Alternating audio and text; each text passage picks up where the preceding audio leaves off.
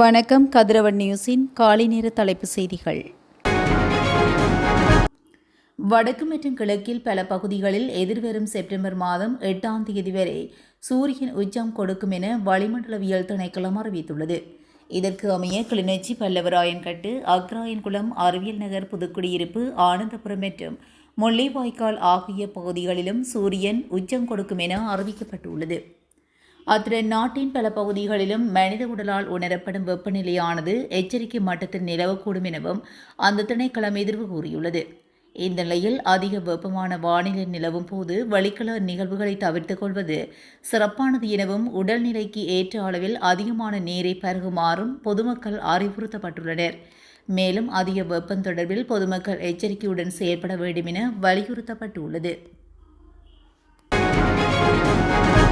களுத்துறையில் மோதலில் ஈடுபட்ட நபர் மீது போலீசார் துப்பாக்கிச்சூடு நடத்தியதாக தெரிவிக்கப்படுகின்றது. களுத்துறை தர்கா நகரில் இன்று பிற்பகல் இந்த துப்பாக்கிச்சூடு இடம்பெற்றுள்ளது.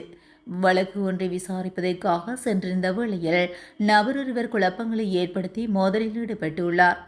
மோதலில் ஈடுபட்ட நபரொருவரை இலக்கு வைத்து அழுத்கம போலீசார் துப்பாக்கிச்சூடு நடத்தியுள்ளனர். எனினும் துப்பாக்கிச் சூட்டின் போது எவருக்கும் எந்தவித காயங்களும் ஏற்படவில்லை என போலீசார் தெரிவித்துள்ளனர். வெலஸ்முல்ல போலீஸ் பிரிவின் உடகவெத்த பகுதியில் 85 வயதுடைய பெண்ணொருவர் கூறிய ஆயுதத்தால் தாக்கப்பட்டு கொலை செய்யப்பட்ட சம்பவம் அதிர்ச்சியை ஏற்படுத்தியுள்ளது. இந்த குற்ற சம்பவம் நேற்று இரவு இடம்பெற்றதாக போலீசார் தெரிவித்தனர். உயிரிழந்த பெண் உடகவத்த பகுதியைச் சேர்ந்தவர் மற்றும் தனியாக வீட்டில் வசித்து வந்த நிலையில் படுகொலை செய்யப்பட்டுள்ளார். நேற்று இரவு அவரது மகன் உணவு வழங்கிவிட்டு வெளியேறிய பின்னர் வீட்டுக்குள் நுழைந்த ஒருவர் இந்த கொலையை மேற்கொண்டதாக விசாரணைகளில் தெரிய வந்துள்ளது. சந்தேக நபர் பிரதேசத்தை விட்டு தப்பியோடியுள்ளதாகவும் அவரை கைது செய்ய வெலஸ்முல்ல போலீசார் தீவிர விசாரணைகளை மேற்கொண்டு வருவதாக மேலும் தெரிவிக்கப்பட்டுள்ளது. கிளிநொச்சி பரந்தன் பகுதியில் இன்று அதிகாலை ஏற்பட்ட விபத்தில் 2 பேர் உயிரிழந்துள்ளனர். யாழ்ப்பாணத்திலிருந்து வவுனியா நோக்கி பயணித்த பேருந்து ஒன்றும் கனரக டிப்பர் ஒன்றும் மோட்டார் சைக்கிளும் மோதியதில் இந்த விபத்து இடம்பெற்றுள்ளது. விபத்தில் கிளிநொச்சி தர்மபுரம் பகுதியைச் சேர்ந்த இருவரே உயிரிழந்துள்ளதாக போலீசார் தெரிவித்தனர். விபத்து தொடர்பான மேலதிக விசாரணைகளை கிளிநொச்சி போலீசார் மேற்கொண்டு வருகின்றனர். இலங்கை ஜனாதிபதி அனுரகுமார திசாநாயக்காவின் பாதுகாப்பு தொடர்பில் விசேட தீர்மானங்கள் எடுக்கப்பட்டுள்ளதாக தகவல் வெளியாகியுள்ளது. அதுக்கு அமைய அவரது பாதுகாப்பிற்காக இலங்கை இராணுவத்தின் சிறப்பு படைப்பிரிவு ஒன்று இணைந்து கொள்ளப்பட உள்ளதாக கூறப்படுகின்றது. இதற்காக அந்த பிரிவுக்கு விசேட பயிற்சி ஒன்றும் வழங்கப்பட உள்ளதாக தகவல்கள் வெளியாகியுள்ளது. மேலும் ஜனாதிபதி பாதுகாப்புக்கு மேலதிகமாக இந்த சிறப்பு படைப்பிரிவு ஈடுபடுத்தப்பட உள்ளதாகவும் கொழும்பு தகவல்கள் கூறுகின்றன. கொழும்பு தேசிய வைத்தியசாலையின் தீவிர சிகிச்சை பிரிவில் சிகிச்சை பெற்று வந்த முன்னாள் ஜனாதிபதி ரணில் விக்ரமசிங்கே வைத்தியசாலையிலிருந்து தற்போது வீடு திரும்பியுள்ளார். கொழும்பு தேசிய வைத்தியசாலையின் தீவிர சிகிச்சை பிரிவில் சிகிச்சை பெற்று வந்த முன்னாள் ஜனாதிபதி ரணில் விக்ரமசிங்கே தற்போது சாதாரண அறைக்கு மாற்றப்பட்டுள்ளார். வைத்தியசாலையில் உள்ள அவரை பார்வையிட சென்ற நாடாளுமன்ற உறுப்பினர் கர்சடி சில்வா ஊடகங்களுக்கு கருத்து தெரிவிக்கும் போதே இதனை கூறியுள்ளார். இந்த நிலையிலேயே கொழும்பு தேசிய வைத்தியசாலையில் அவசர சிகிச்சை பிரிவில் சிகிச்சை பெற்று வந்த முன்னாள் ஜனாதிபதி ரணில் விக்ரமசிங்கே தற்போது வைத்தியசாலையிலிருந்து வீடு திரும்பியுள்ளதாக செய்திகள் தெரிவிக்கின்றன. நீதிமன்றத்திலிருந்து பிடியாணை பிறப்பிக்கப்பட்ட முன்னாள் நாடாளுமன்ற உறுப்பினர் அதுரலிய ரத்தின தேரர் இன்று காலை நுகேகொட நீதவான் நீதிமன்றத்தில் முன்னிலையாகியுள்ளார். கொழும்பு குற்றத்தடுப்பு பிரிவு அதிகாரிகள் முன்வைத்த வேண்டுகோளை தொடர்ந்து கடந்த 18ஆம் தேதி அவரை கைது செய்ய நுகேகொடை நீதவான் நீதிமன்றம் பிடியாணை பிறப்பித்திருந்தது.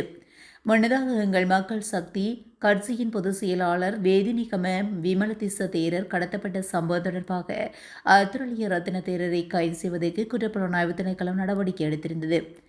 மேலும் 2020ஆம் ஆண்டில் அக்கட்சி பெற்ற தேசிய பட்டியல் நாடாளுமன்ற உறுப்பினர் பதவியை அதுரலிய ரத்தின தேரர் பெற்றிருக்கலாம் எனவும் சந்தேகிக்கப்படுகிறது. இந்நிலையில் அவர் கடந்த சில வாரங்களாக தலைமறைவாகியிருந்தார். இவ்வாறு இருக்கையில் நுகேகொடை நீதிமன்றத்தில் முன்னிலையான அதுரலிய ரத்தின தேரர் எதிர்வரும் செப்டம்பர் மாதம் 12ஆம் தேதி வரை விளக்கமறியலில் வைக்கப்பட்டுள்ளமை குறிப்பிடத்தக்கது. சர்வதேச காணாமல் ஆக்கப்பட்டோர் தினத்தை முன்னிட்டு வலிந்து காணாமல் ஆக்கப்பட்டோருக்கு நீதி கோரி இன்றைய தினம் சனிக்கிழமை வடக்கு கிழக்கில் மாபெரும் போராட்டம் முன்னெடுக்கப்பட உள்ளது. வடக்கு கிழக்கு வலிந்து காணாமல் ஆக்கப்பட்டோர் சங்கத்தின் ஏற்பாட்டில் இன்றைய தினம் சனிக்கிழமை செம்மணியில் மாபெரும் போராட்டம் நடைபெற உள்ளது. கிட்டு பூங்கா மன்றலில் இருந்து பேரணியாக சென்று மனித புதைகுழிகள் காணப்படும் செம்மணி பகுதியில் போராட்டம் முன்னெடுக்கப்பட உள்ளது. குறித்த போராட்டத்துக்கு பல்கலைக்கழக மாணவர்கள், அரசியல் கட்சிகள், பொது அமைப்புகள் உள்ளிட்ட பல்வேறு தரப்பினரும் ஆதரவு தெரிவித்துள்ளனர். இலங்கை முழுவதும் சுமார் 14,734 குழந்தைகள் பாதுகாப்பற்ற நிலையில் இருப்பதாக நன்னடத்தை மற்றும் சிறுவர் பராமரிப்பு சேவைகள் திணைக்களம் தெரிவித்துள்ளது. கொழும்பு மாவட்ட செயலகத்தில் நேற்று முன்தினம் நடைபெற்ற மாவட்ட பல்துறை போதைப்பொருள் தடுப்பு சிகிச்சை மற்றும் மறுவாழ்வு நிகழ்ச்சியில் இந்த விடயம் குறிப்பிடப்பட்டுள்ளது. அரசு ஊழியர்களின் ஓய்வூதிய நிலுவைத் தொகை அக்டோபர் மாத இறுதிக்குள் வழங்கப்படும் என தகவல் வெளியாகியுள்ளது. குறித்த விடயத்தினை ஓய்வூதிய திணைக்களம் தெரிவித்துள்ளது. சைபர் தாக்குதலின் பின்னர் அரசு ஊழியர்களின் தரவு கட்டமைப்பில் ஏற்பட்ட தொழில்நுட்ப கோளாறு காரணமாகவே ஓய்வூதிய கொடுப்பனவை செலுத்த முடியவில்லை என சுட்டிக்காட்டப்பட்டுள்ளது. இந்த நிலையில் சுமார் 4 மாதங்களாக சில அரசு ஊழியர்களுக்கு ஓய்வூதிய கொடுப்பனவை முழுமையாக செலுத்த முடியாமல் போயுள்ளதாக திணைக்களத்தின் பணிப்பாளர் நாயகன் சாமிந்த கெட்டியராட்சி தெரிவித்துள்ளார். அத்துடன் இந்த வருடம் ஓய்வு பெற்ற மிகச்சிறர் எவ்வித ஓய்வூதிய கொடுப்பனவையும் பெற்றுக் கொள்ளவில்லை எனவும் அவர் மேலும் தெரிவித்தமை குறிப்பிடத்தக்கது. இதேவேளை ஆகஸ்ட் மாதத்துக்கான சிரேஷ்ட பிரஜைகள் கொடுப்பனவு வங்கி கணக்குகளில் வைப்பிலிடப்படும் என நலன்புரி நன்மைகள் சபை அண்மையில் தெரிவித்திருந்தது. 5,99,730 பயனாளர்களுக்கான கொடுப்பனவிற்காக அரசாங்கத்தினால் 2,900 மில்லியன் ரூபாய் வரையான தொகை ஒதுக்கப்பட்டுள்ளதாக தெரிவிக்கப்பட்டுள்ளமை குறிப்பிடத்தக்கது.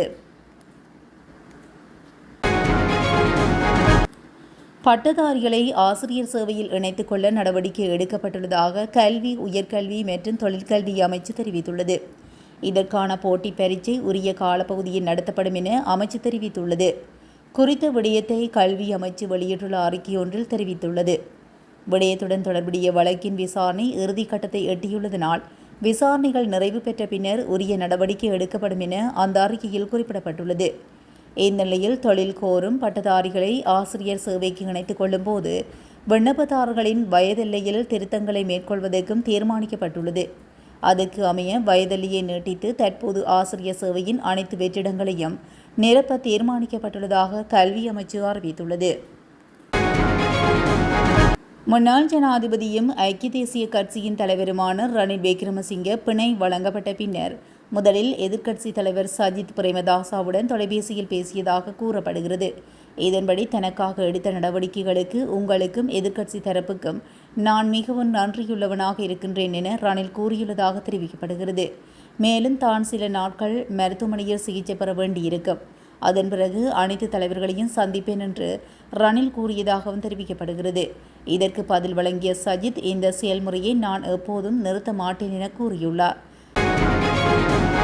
மன்னாரில் காற்றாலை கோபுரங்கள் அமைத்தல் மற்றும் கனிய மணல் அகழ்வு ஆகியவற்றுக்கு எதிராக முன்னெடுக்கப்பட்டு வரும் கவனஈர்ப்பு போராட்டம் 27வது நாளாகவும் சுழற்சி முறையில் முன்னெடுக்கப்பட்டு வருகின்றது. குறித்த போராட்டத்துக்கு ஆதரவு தெரிவிக்கும் முகமாக முஷலி பிரதேச செயலக பிரிவில் உள்ள முத்தரிப்புத்துறை கிராமத்தை சேர்ந்த மக்கள் கலந்து கொண்டு தமது ஆதரவை போராட்டத்துக்கு வழங்கியுள்ளனர். போராட்டத்தில் ஈடுபட்ட மக்கள் பல்வேறு வாசகங்கள் எழுதப்பட்ட பதாகைகளை ஏந்தியவாறு கோஷங்களை எழுப்பி போராட்டத்தில் ஈடுபட்டனர். கிளிநொச்சி மாவட்டத்தின் பல பகுதிகளில் வாழும் மக்கள் தமக்கான குடிநீரை பெற்றுக்கொள்வதில் பெரும் நெருக்கடியை சந்தித்து வருகின்றனர். கரைச்சி பிரதேச செயலாளர் பிரிவுக்குட்பட்ட அக்ராயன், ஐயனார் குடியிருப்பு, கெங்காதரன் குடியிருப்பு, என்மாஸ் நகர், கோனாவில் ஆகிய கிராமங்களில் நிலவும் வறட்சி காரணமாக குடிநீர் பெற்றுக்கொள்வதில் மக்கள் பெரும் நெருக்கடியை சந்தித்து வருகின்றனர். இதனைவிட வருடம் முழுவதும் குடிநீர் நெருக்கடிகளை எதிர்கொள்ளும் பிரதேசமாக பூநகரி பிரதேசம் காணப்படுவதுடன் 10க்கும் அதிகமான கிராம அலுவலர் பிரிவுகளில் குடிநீர் தட்டுப்பாடு நிலை வருகின்றன. குறிப்பாக கால்நடைகள் கூட நீர் தேடி அலையும் நிலை காணப்படுகின்றமை குறிப்பிடத்தக்கது. இத்துடன் காலை நேர தலைப்பு செய்திகள் நிறைவடைகின்றன. தொடர்ந்தும் செய்திகளோடு இணைந்திருக்க கதிரவன் நியூஸுடன் இணைந்திருங்கள். நன்றி, வணக்கம்.